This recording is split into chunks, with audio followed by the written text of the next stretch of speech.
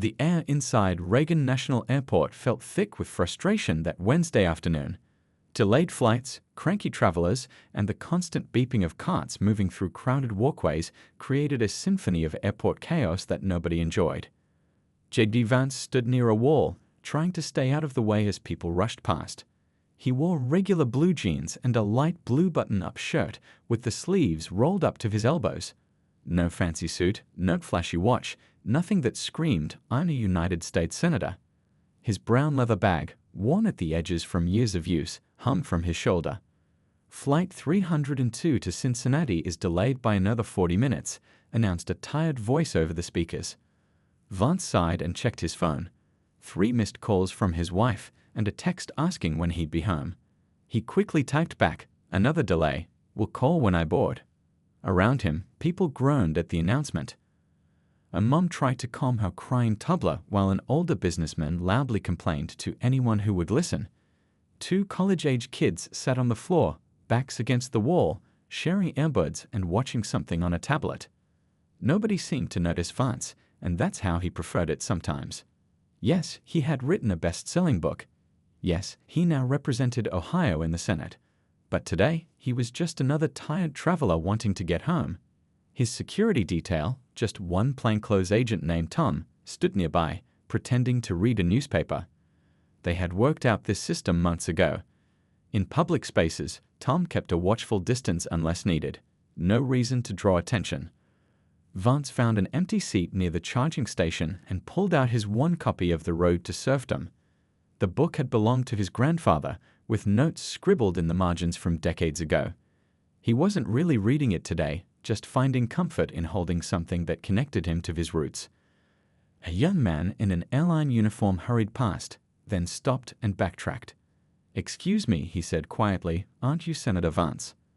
Vance looked up and smiled. "I am. I'm from Portsmouth. My dad worked at the steel mill before it closed. Just wanted to say we appreciate what you're doing in Washington." "Thank you. That means a lot." Vance shook the young man's hand. The brief exchange ended as quickly as it began. The young man hurried off to whatever task awaited him, and Vance returned to pretending to read his book while actually watching people. He had always been a people watcher. Growing up in Middletown, he'd sit with his grandmother on their porch, observing neighbors and passers-by. "You learn more from watching than talking," she told him. That lesson had served him well throughout his life, from the Marines to Yale Law School to the Senate chambers. His phone buzzed with an email from his chief of staff about tomorrow's committee hearing. Work never stopped, even when planes didn't fly. He started typing a response but stopped when the gate agent finally announced boarding for his flight. People rushed to line up, pushing and positioning themselves as if it would get them to Cincinnati any faster. Vance waited until the initial rush died down before standing up and stretching his back. Tom caught his eye from across the gate area and nodded slightly. Boarding pass in hand, Vance joined the line for first class, a perk of frequent flying rather than his Senate position. He had flown this route dozens of times in the past year, usually in economy. Today's upgrade had been automatic, not requested. The line moved slowly as passengers struggled with oversized carry-ons and boarding pass issues. An elderly couple in front of him seemed confused about their seat assignments, and the gate agent patiently explained the aircraft layout to them. Finally, it was Vance's turn. He handed his phone with a digital boarding pass to the young woman at the gate. "Good afternoon, Senator," she said with a polite smile as she scanned his ticket. Her eyes widened slightly as she looked at her screen. "Is something wrong?" Vance asked.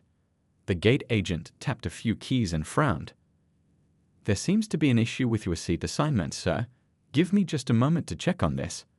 Little did he know, this small hiccup would lead to a moment that would soon have the entire internet talking. The young gate agent's fingers flew across her keyboard. Her name tag read Lisa, and she bit her lower lip as she concentrated on her screen. "I'm so sorry about this, Senator Vance," she said quietly, glancing up. "It looks like there was an aircraft change for this flight. The new plane has fewer first-class seats." Vance nodded. "Flight changes happened all the time. That's no problem. What's my new seat?" Lisa looked uncomfortable. "Well, that's the issue. The computer system randomly selected passengers to be downgraded to economy, and unfortunately, She didn't finish the sentence, but she didn't need to. I've been bumped, Vance completed her thought. Yes, sir, I'm really sorry about this. Let me see if I can find another passenger willing to swap. Behind Vance, the line was growing longer. People shifted impatiently, checking watches and sighing loudly. A man called out, "What's the holdup?" Vance glanced back at the growing line. "Please don't worry about it. I don't want to cause any trouble. What's my new seat?"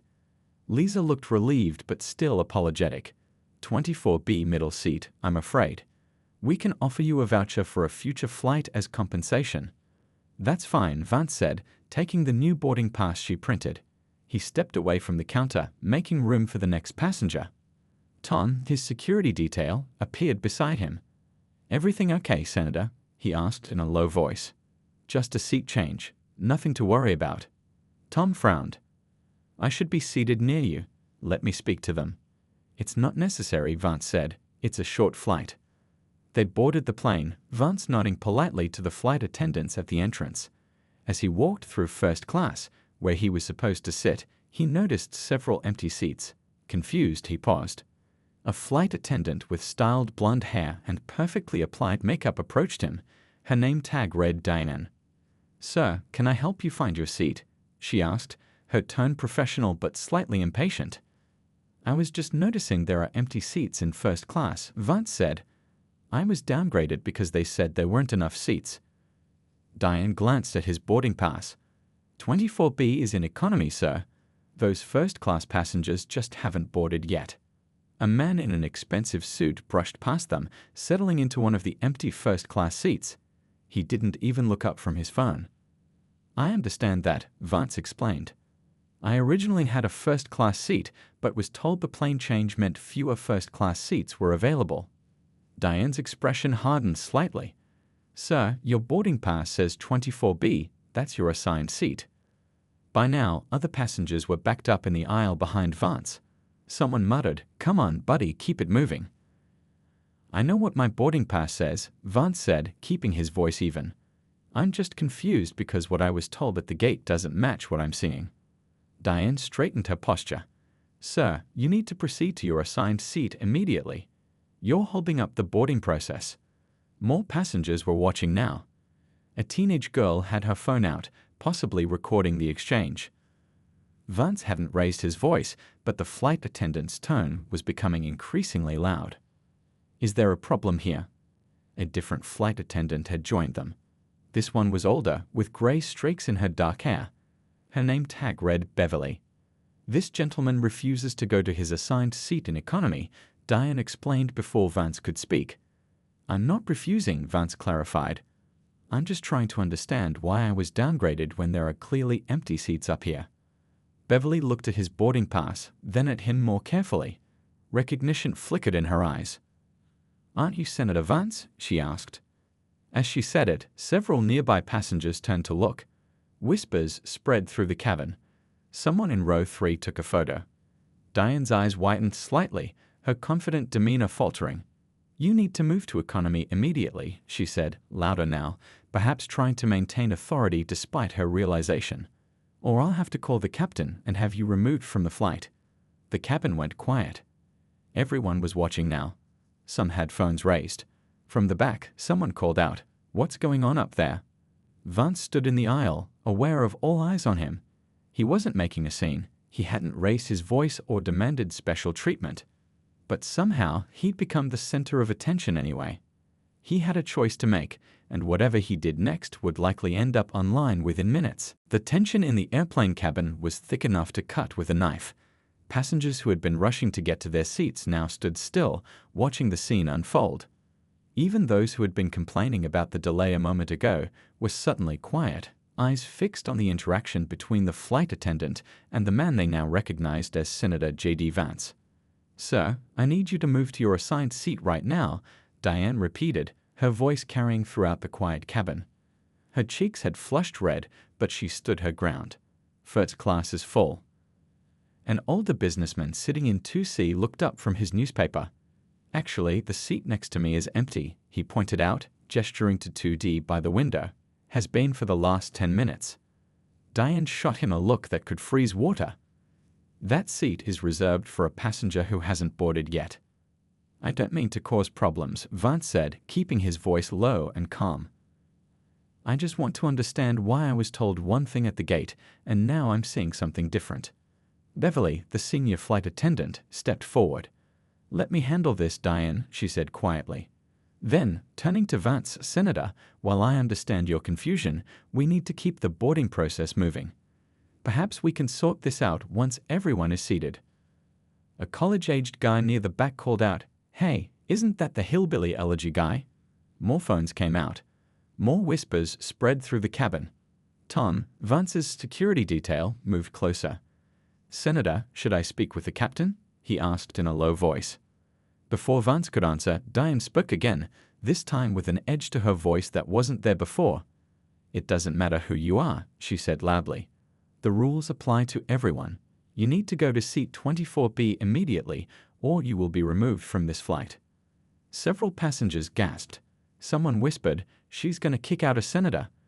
A woman in row 4 shook her head in disbelief. The captain appeared from the cockpit, a tall man with gray at his temples. What seems to be the problem here? He asked, his voice carrying authority without being harsh. This passenger refuses to go to his assigned seat, Diane explained quickly. He's holding up the entire boarding process. I'm not refusing, Vance clarified again, meeting the captain's eyes. I'm just trying to understand the situation. I had a first-class ticket, but was downgraded at the gate because of an aircraft change that supposedly reduced first-class seating. Yet I'm seeing empty seats here. The captain checked the manifest on his tablet. Yes, we did have an aircraft change, but he stopped suddenly, frowning at the screen. There seems to be a mix-up in the system. According to this, we have the same number of first-class seats as originally scheduled. Diane's confident expression faltered. But the gate agent said, The gate agent made a mistake, the captain said firmly. He looked up at Vance. Senator, I apologize for the confusion. However, at this point, your seat has been reassigned and the passenger who received your first-class seat has already boarded. A young woman 2 rows back raised her hand sheepishly. Actually, that might be me. I got upgraded at the gate. The agent said it was my lucky day. She looked embarrassed. I didn't realize it was at someone else's expense. The crowd in the aisle behind Vance was growing restless. A child was crying somewhere in the back. An elderly man called out, Can we please just sit down? My back is killing me. Vance found himself in an impossible situation. The longer he stood there discussing the mix-up, the more people were inconvenienced. But it was clear now that he'd been wrongfully bumped from his seat due to a system error, not an actual aircraft change. Beverly leaned closer to him. Senator, I'm truly sorry about this. I'll make sure you're compensated properly for the inconvenience. But right now we need to get everyone seated, Vance finished for her, nodding in understanding. Diane, perhaps feeling her authority challenged by the unfolding situation, raised her voice again. So are you going to your assigned seat in economy, or do I need to call airport security to escort you off this aircraft? The cabin fell completely silent. Even the crying child quieted down. Every eye was on Vance, and at least a dozen phones were recording. Whatever he did next would likely be all over social media within minutes. Tom moved closer, ready to step in if needed. The captain looked uncomfortable. Beverly seemed mortified by her colleague's tone. Vance took a deep breath. In that moment, he had to decide not just what kind of passenger he would be, but what kind of public servant, what kind of man he wanted to show himself to be. Time seemed to slow down for Vance as he stood in the narrow airplane aisle. The hum of the air conditioning system felt unnaturally loud in the silence. He could feel the weight of dozens of stares. Some passengers looked embarrassed for him, others seemed curious about what would happen next, and a few appeared almost excited by the drama. His mind raced through his options. He had at least 4 clear choices before him. He could pull rank, remind everyone that he was a United States Senator. One phone call could probably get the airline CEO on the line. He might even have the flight delayed while they sorted this out. The words almost formed on his lips. Do you know who I am? But as quickly as the thought came, he pushed it away. That wasn't who he was. That wasn't who his grandmother had raised him to be. His second option was to cause a scene, raise his voice, demand justice, refused to move. The videos would go viral, and he'd probably get an apology from the airline within hours. The news channels would pick up the story. His supporters would rally behind him, and his opponents would use it as evidence that he'd become part of the Washington elite. More division, more anger, more fuel for the ongoing culture war. His third option was to silently accept the situation, but make his displeasure known, walk stiffly to his economy seat, ignore offers of compensation, perhaps write a strongly worded letter to the airline later. It would be dignified in a cold sort of way. His fourth option was the hardest to choose, but the one that felt right in his gut. Diane was still staring at him, waiting for his response. Her earlier confidence had hardened into something that looked more like defensiveness. Beverly stood awkwardly to the side, clearly wishing she could fix the situation but unsure how. Vance thought about his childhood in Middletown, Ohio, about his grandparents who'd raised him, about the lessons they'd taught him about treating people with respect, even when, especially when, it was hard to do so. He looked directly at Diane and smiled, not a politician's smile, but a genuine one that reached his eyes. "You know what? It's completely fine," he said, his voice warm and relaxed. "These things happen." The tension in Diane's shoulders didn't release. She seemed prepared for a trick, for this to be the calm before the storm. "So you'll go to your assigned seat?" she asked cautiously. "Of course," Vance replied, shifting his bag to his other shoulder. "I'm happy to sit wherever." Actually, he glanced back at the long line of standing passengers behind him. "I should apologize to everyone for the delay. That wasn't my intention." A middle-aged woman in the second row looked at him with surprise. "But it wasn't your fault," she said. "They made a mistake with your seat." "Mistakes happen," Vance said with a small shrug. "We're all just trying to get home, right?" As he turned to make his way toward the back of the plane, the young woman who'd received his upgrade stood up. "Sir, Senator, you can have your seat back." "I don't mind going to economy." Vance shook his head. "Please enjoy it. Consider it a gift from the state of Ohio," he said with a light laugh. "I grew up sitting in the back of buses and cars. Economy class on an airplane is still a luxury compared to some of the places I've had to sit." Several passengers chuckled, the tension in the cabin beginning to dissolve. The businessman in 2C folded his newspaper. "That's refreshing," he said, not quite to Vance but loud enough for those nearby to hear. "A politician who actually practices what they preach about humble roots." As Vance made his way down the aisle, a few passengers nodded respectfully. An older woman touched his arm as he passed.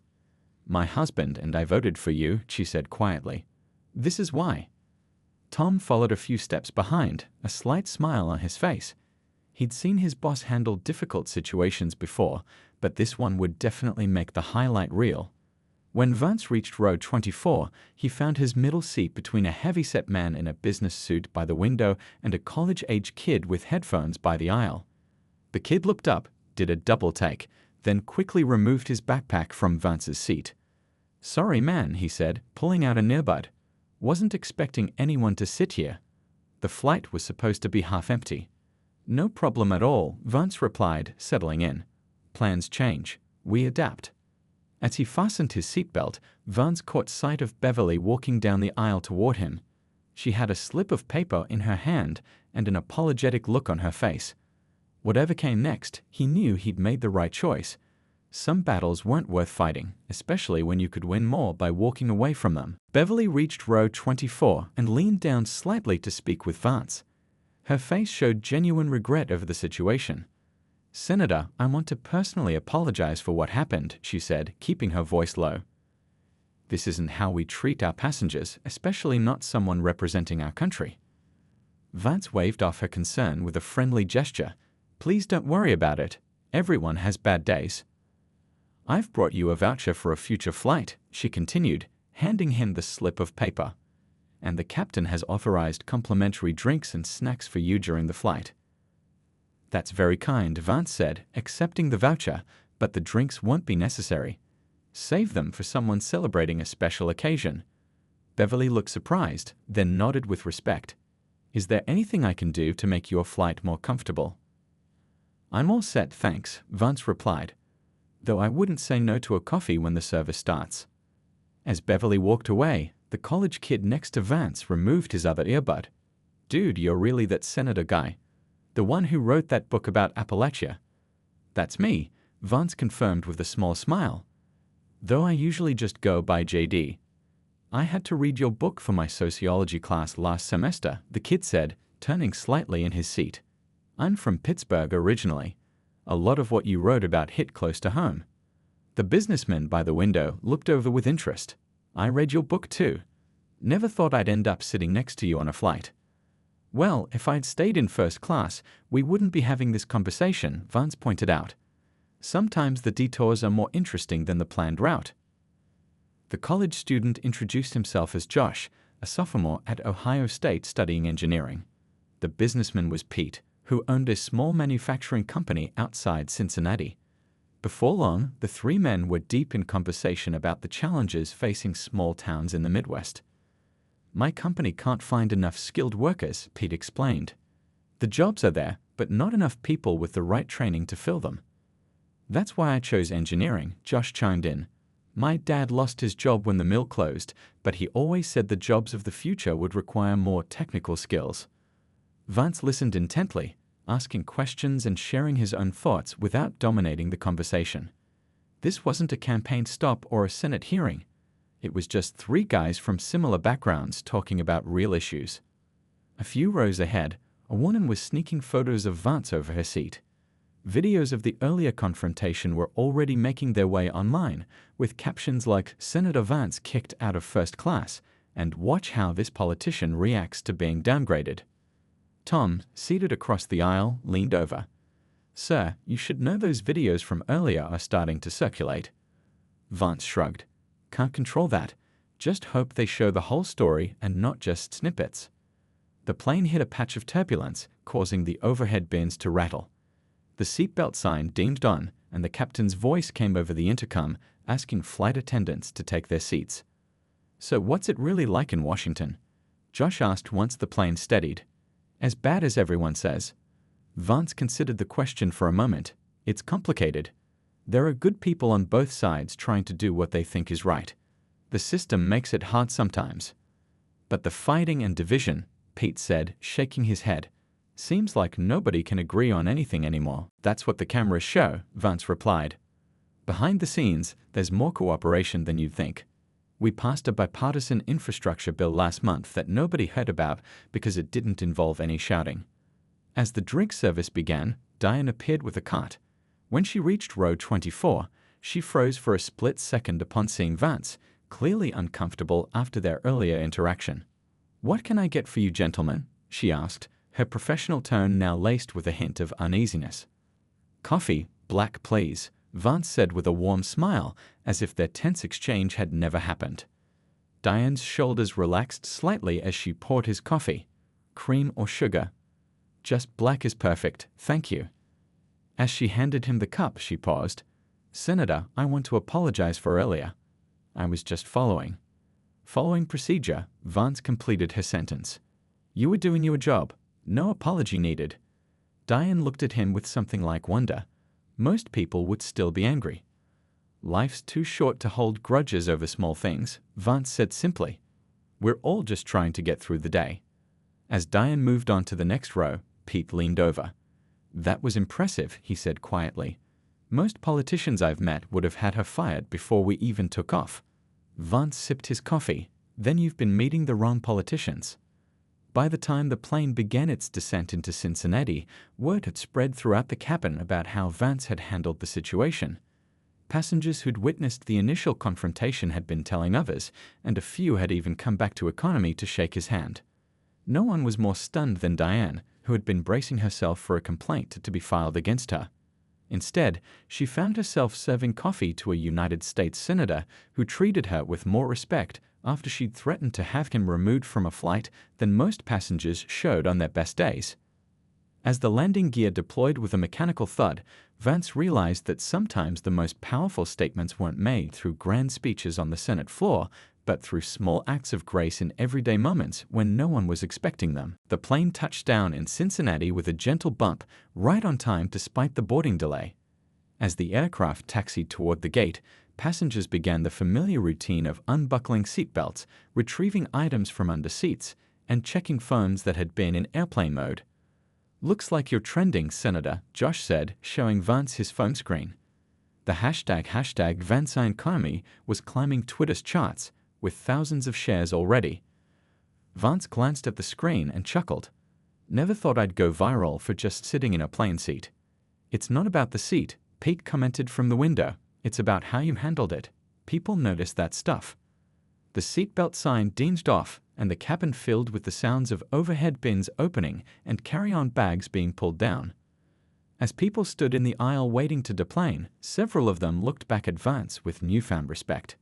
A few nodded or smiled at him. An older woman 2 rows ahead turned around fully. "My daughter just texted me that she saw you on social media. She wants to know if you're really as nice in person as you seemed in the video." "What does your daughter think?" Vance asked good-naturedly. The woman smiled. "I told her you were even nicer, and that I'd be voting for you again next time around." Tom, Vance's security detail, moved closer as the line began shuffling forward toward the exit. "Cars waiting curbside," he said quietly. "We can use the staff exit if you want to avoid any more attention." Vance shook his head. "No need. Let's just go through the terminal like everyone else." As they made their way off the plane, Beverly stood at the exit, thanking passengers for flying. When Vance approached, she smiled warmly. "Thank you for your understanding today, Senator. It means more than you know." "No problem at all. You all have tough jobs." Diane was also at the exit, and she looked nervous as Vance approached. But instead of walking past her, he stopped briefly. "Thanks for the coffee earlier. Hit the spot." Her expression of relief was almost comical. "Anytime, Senator. And again, I'm so sorry about." "Already forgotten," Vance assured her. "Have a good evening." The terminal was busy with arriving and departing passengers. As Vance walked through the concourse, a baggage handler did a double take when he spotted him. "Hey, you're that senator from the video," he called out. "My buddy just showed me. That was cool how you handled that flight attendant." Vance paused. Actually, she was just doing her job. No hard feelings there. A small group of people had gathered, some holding up phones. Tom tensed slightly beside him, a reflexive security response to unexpected crowds. "Can we get a picture?" someone asked. "Sure, but let's walk and talk," Vance suggested, not wanting to create a bottleneck in the busy terminal. "I've got to get home to my family." As they continued toward baggage claim, more people joined them. A young woman with a baby stroller wheeled up alongside. "I just want to say thank you," she said, slightly out of breath from hurrying to catch up. "My husband works for the airlines." The stories he tells about how some VIPs treat the staff. She shook her head. "It's refreshing to see someone with power being decent." "Being decent shouldn't be noteworthy," Vance replied, helping her navigate the stroller through a narrow section of the terminal. "But I appreciate what you're saying." By the next morning, the videos had gone completely viral. Clips of Vance's calm response to being kicked out of first class were everywhere, on morning news shows, social media feeds, and even late-night comedy monologues. But unlike most viral moments involving politicians, this one wasn't about scandal or outrage. It was about something much rarer, genuine humility. Vance awoke to his phone buzzing non-stop with notifications. His press secretary had already fielded calls from every major news network requesting interviews. His Senate office voicemail was full. Even his personal email, which few people had access to, was overflowing with messages. "You've become quite the celebrity overnight," his wife teased as she handed him a cup of coffee in their kitchen. Their kids were at the table eating cereal, oblivious to their father's sudden internet fame. "For sitting in an airplane seat," Vance said, shaking his head with a bemused smile. "What a world!" He scrolled through some of the headlines on his phone. "Senator shows class after being bumped from first class." "Viral moment shows rare political humility." J.D. Vance's response to airline mix-up wins praise across political divide. What surprised him most were the comments from people who normally disagreed with his politics. One popular tweet from a liberal commentator read, "Don't agree with Vance on policy, but have to respect how he handled himself here. No entitlement, no pulling rank, just basic decency." His office staff had compiled a brief report on the public reaction. The incident had garnered over 20 million views across platforms in less than 24 hours. Social media sentiment analysis showed overwhelming positivity, something virtually unheard of for any political figure in today's divided climate. The airline's corporate office had issued a formal apology and announced they would be donating 10,000 frequent flyer miles to a veterans charity in Vance's name. The CEO had personally called to apologize as well. "We'd like to offer you lifetime first-class status on all our flights," the CEO had said. "That's very generous," Vance had replied, "but unnecessary. Your staff handled a difficult situation as best they could." Instead, he suggested the airline consider a program to offer occasional free upgrades to military personnel traveling on leave. To his surprise, the CEO embraced the idea immediately. At his Senate office later that day, Vance found his team gathered around a television. A news segment was playing footage from the flight alongside interviews with passengers. He could have made a huge scene, but instead he just smiled and moved to the back, Josh from the flight was saying to the reporter. "Then he spent the whole flight talking to me about my engineering studies and giving me career advice." Who does that? Pete, the businessman, had also been interviewed. "I've been flying first class for 20 years, and I've seen how some of these VIPs act when things don't go their way. This guy showed more class in economy than most show in first." Even Diane, the flight attendant who had threatened to remove him from the plane, made an appearance. "I didn't recognize him at first, and I was probably ruder than I should have been," she admitted. "Most people in his position would have reported me or made a scene. Instead, he was kind to me afterward. It changed how I think about not just him, but all politicians." Vance's chief of staff clicked off the TV. "Your approval ratings are up 8 points overnight," she informed him.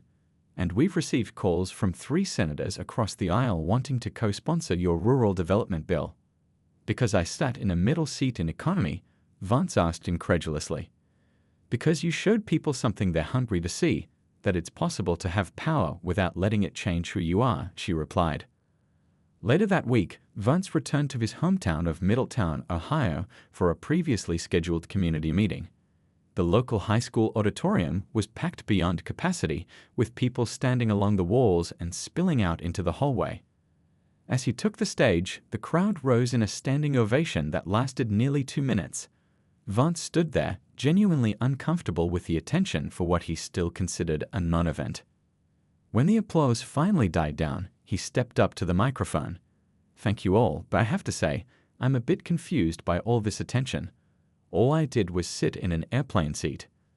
An older man in the front row called out, "You showed respect to regular folks when you didn't have to." Another voice added, "You didn't forget where you came from." Vance smiled and shook his head slightly. "My grandmother would be rolling her eyes right now," he said, generating laughter from the crowd. "She'd say, 'Why are they cheering you for doing what you're supposed to do?'" The audience chuckled, but there was truth in his words.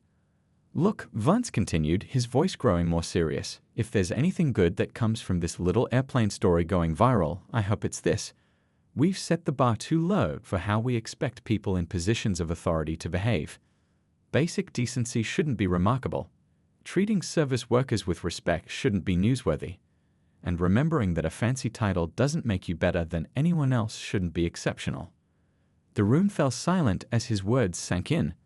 "So thank you for the kind words," he concluded, "but let's all agree to expect more from each other, not just from politicians, but from everyone with privilege or power. In the meantime, can we talk about the issues that actually matter to this community?" As the meeting turned to discussions of local factory closures, opioid recovery programs, and infrastructure needs, Vance felt a sense of relief. The viral moment would fade, as all such things do. But maybe, just maybe, it had opened a small window for more meaningful conversations about what truly matters in leadership and in life. And that, he thought, was worth far more than a seat in first class.